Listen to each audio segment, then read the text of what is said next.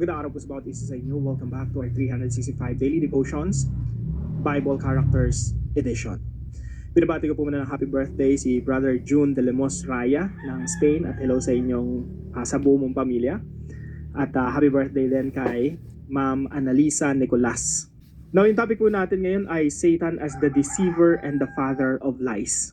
Satan as the deceiver, mandaraya, at ama ng kasinungalingan. Noong ating Panginoon Jesucristo po, kausap niya po yung mga religious leaders during their time. Itong mga religious leaders na to, hindi to naniniwala kay Kristo. Hindi sila sumasampalataya sa ating Panginoon Jesucristo. At sa John chapter 8, pinagtatalunan nila, sino ba talaga tatay nyo, no? Sabi ng mga religious leaders, tatay namin si Abraham, no? Tatay namin yung Diyos. Pero sabi ni Jesus Christ, no, your father is the devil. Napakatinding banat ng ating Panginoon Jesucristo. Now, tingnan po natin sa John chapter 8 verse 44. Sabi po ni Jesus Christ, you belong to your father, the devil, and you want to carry out your father's desires. Bakit ano bang gusto nitong mga religious leaders na to? Patayin si Jesus. Kaya sabi ni Jesus Christ, you belong to your father, the devil. You want to carry out your father's desires. He was a murderer from the beginning, not holding to the truth, for there is no truth in him. When he lies, he speaks his native language, for he is a liar and the father of lies. Now, ito po yung katuruan natin ngayong araw. Number 1, Satan destroys trust through lies. Sabi po ng verse natin, Satan is the father of lies. Siya ang ama ng kasinungalingan. Yan yung native language niya. Sabi natin pa ni Jesucristo, nagsasalita siya ayon sa kanyang sariling likas. So, tayo po, yung mga tao po, no, ang ginagawa ni Satan, yung imbes na magtiwala tayo sa Diyos, sinisira niya yung tiwala natin sa Diyos. Yan po yung unang ginawa ni Satanas kay Eva. Tingnan po natin sa Genesis chapter 3. Sabi po rito, now the serpent was more crafty than any of the wild animals the Lord God had made. Tingnan niyo po yung pagkakasabi ni Satan. He said to the woman, remember, sabi ni Jesus, Satan is the father of lies, ama ng kasinungalingan. At ang gagawin niya, sisirain niya yung pagtitiwala mo sa Diyos. Kung paanong sinira niya yung tiwala ni Adan at Eva sa Diyos. Remember, dito po sa Genesis chapter 2, yung tao inutusan ng Diyos na, you can eat whatever you want, except from the fruit of the tree of the knowledge of good and evil. Wag na wag mong kakainin yan, sabi ng Diyos. At sigurado mamamatay ka.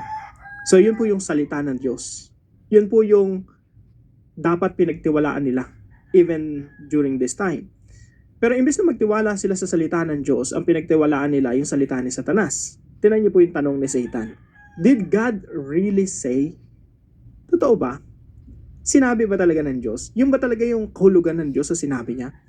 So si Satan, china-challenge niya yung salita ng Diyos. At magke-create siya ng doubt.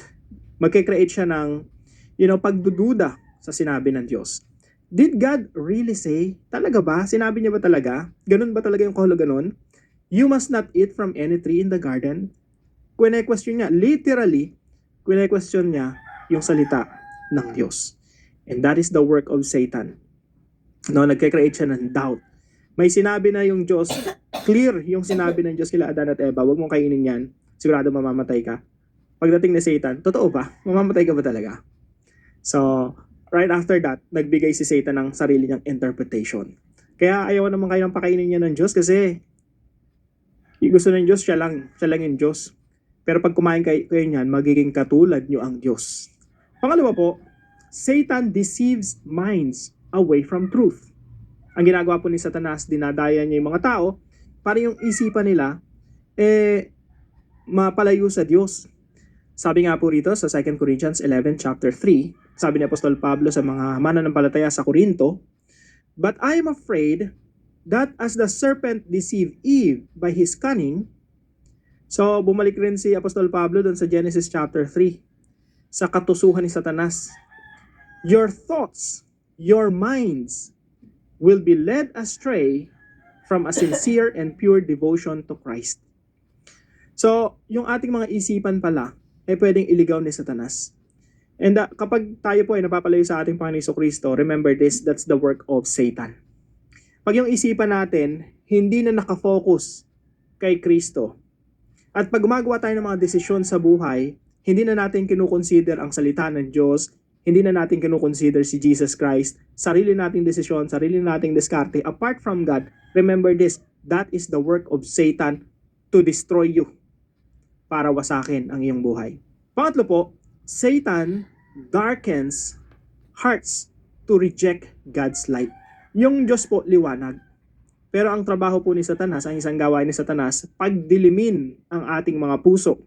Sabi po sa Romans chapter 1 verse 21, sabi po ni Apostol Pablo sa mga taga-Roma, yung mga tao, meron niyang kapag palayo ka ng palayo sa Diyos, pasama ka rin ng pasama. And then sabi niya rito sa verse 21, for although they knew God, alam naman nila na may Diyos but they did not honor Him as God. Tignan niyo po, maraming mga tao, alam nilang may Diyos, pero hindi sila namumuhay ng ayon sa kalooban ng Diyos. Maraming tao, actually pag pumunta ka sa bilangguan, majority ng mga tao na naniniwala sa Diyos. Pero lahat sila, presumably, nakagawa ng krimen. May mga taong namuhay sa pagnanakaw, may mga taong namuhay sa kasinungalingan, bagamat alam nila na may Diyos. So ito yung sinasabi ng Apostol Pablo.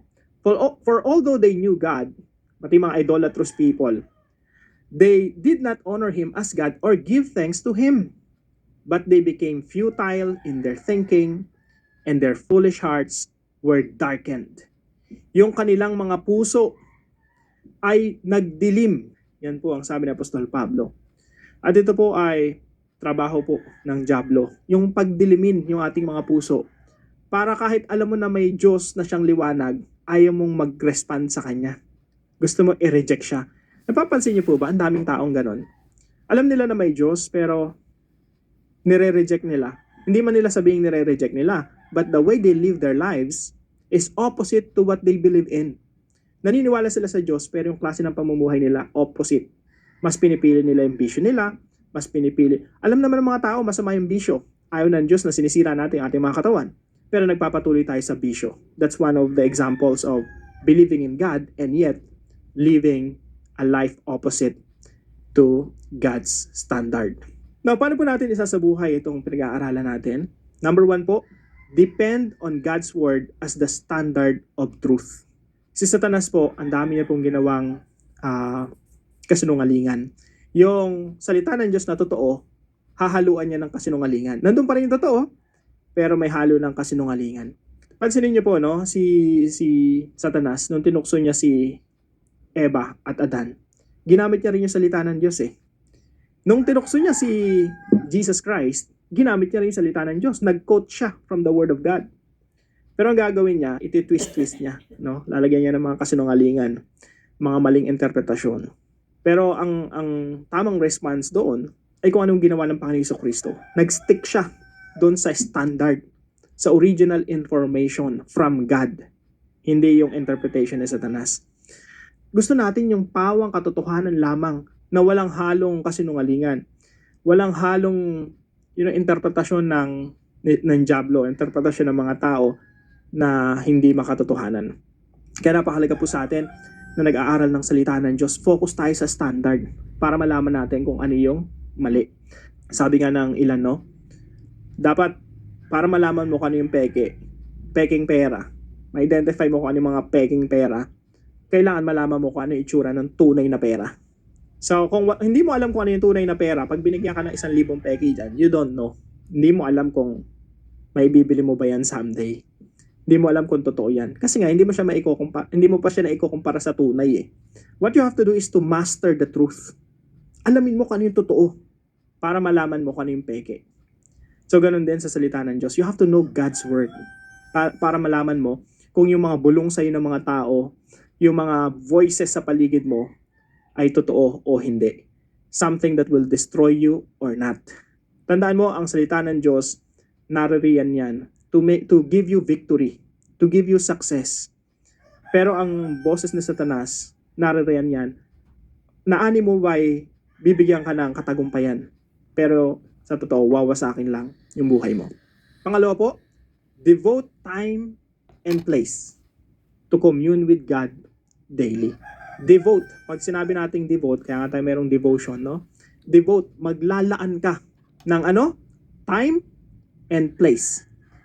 Importante yung time kasi hindi natin syempre gagamitin yung tira-tira natin para sa Panginoon, no? Kailangan yung gising na gising ka, yung premium yung time mo na yun. Precious yung time mo na yun. Yung talaga yung na-absorb mo yung salita ng Diyos. Kaya nga po 5 a.m. daily devotion tayo kasi sa umaga, bilis nating maka-absorb. Kasi yun yung unang-unang ginagawa natin, no? Fresh na fresh pa yung isipan natin. We want to fill our hearts and our minds with the Word of God. Devote time and place. Yung place naman, importante din. Kasi nga kung nagde-devotion ka pero hindi naman conducive for devotion, nadidistract ka sa iyong binabasa, hindi pa rin siya effective. Kaya napakalaga pag nag-devotion ka, yung hindi ka distracted, nakafocus ka lang talaga dun sa, after all, yung devotion naman, naglalast lang naman yan from 10, 15, 20, or 30 minutes, depende sa inyo. Mas maganda, mag-focus ka na, no? At focus ka na rin sa panalangin. So, devote time and place to commune with God. Kailan daw? Daily, araw-araw. Salamat sa Panginoon, nakatapos na tayo ng pang-4 na taon na natin tong daily devotions na walang skip sa biyaya ng Panginoon, no? At sa tulong na rin ng mga sumusuporta dito sa ating daily devotions. So, pang-4 na taon na to, sana matapos mo natin, no? Lord willing, sa biyaya ng Panginoon. Now, pangatlo po, discern the spirit of truth from the spirit of lies. Discern, ibig sabihin, yung ma-discern, malaman mo, maalamin mo, na yung napapakinggan mo ay mula sa Espiritu ng Diyos. Spirit of truth. Pag nagbabasa ka ng Bible, alam mo agad Spirit of truth yun. Kasi yung banal na kasulatan, tsaka yung Espiritu ng Diyos, laging tandem yan. Pag nagbabasa ka, hinihiling mo rin sa banal na Espiritu na ipaunawa sa iyo kung ano yung binabasa mo. Now, alam niyo po ba na si Satanas, nanunukso talaga sa tao. Tapos yung tao, gustong-gustong gumawa ng kasalanan. Yan yung inclination natin. Yan yung likas sa atin, makasalanan. Kaya, perfect tandem eh. Isang taong gustong gumawa ng kasalanan at isang diablo na gustong manukso para magkasala yung tao. Perfect tandem yun. Pero alam nyo, hindi mananalo ang diablo sa banal na spirito, sa strategy ni Jesus. Kasi sabi ni Jesus, yung spirito ko, ibibigay ko sa iyo. Maninirahan sa iyo. At yung inclination natin na magkasala, yung kagustuhan, i-desire natin na magkasala, yan yung lalabanan ng Santong Spirito. Kaya lamang na lamang yung Santong Spirito, yung Diyos eh. Bakit po? Kasi yung Santong Spirito nananahan sa atin to wage war against the flesh. Kaya po kailangan natin na lagi nagpapasakop sa tinig ng Santong Spirito. At tandaan natin yung presensya ng Santong Spirito nasa sa atin yan. We just have to listen and obey. Now, para po sa ating discussion, in what ways do we follow the lies of Satan? And what should we do about it? Let us pray. Lord God, I know there are times when I believe things that are not true. I don't even notice it right away. Sometimes lies sound safe or easy, and I forget to come to you. Please forgive me for the moments I trust my own thoughts more than your word. I need your light, Lord. Help me love the truth even when it corrects me. Thank you that the Spirit's power is stronger than Satan's lie. Thank you that the Spirit opens my eyes when I am clueless in the dark. Keep my heart close to you and teach me to listen to your voice above all others. I ask that you will guide me and my whole family to success and victory. I pray this in Jesus' name. Amen and amen. Magandang araw po sa bawat isa sa inyo.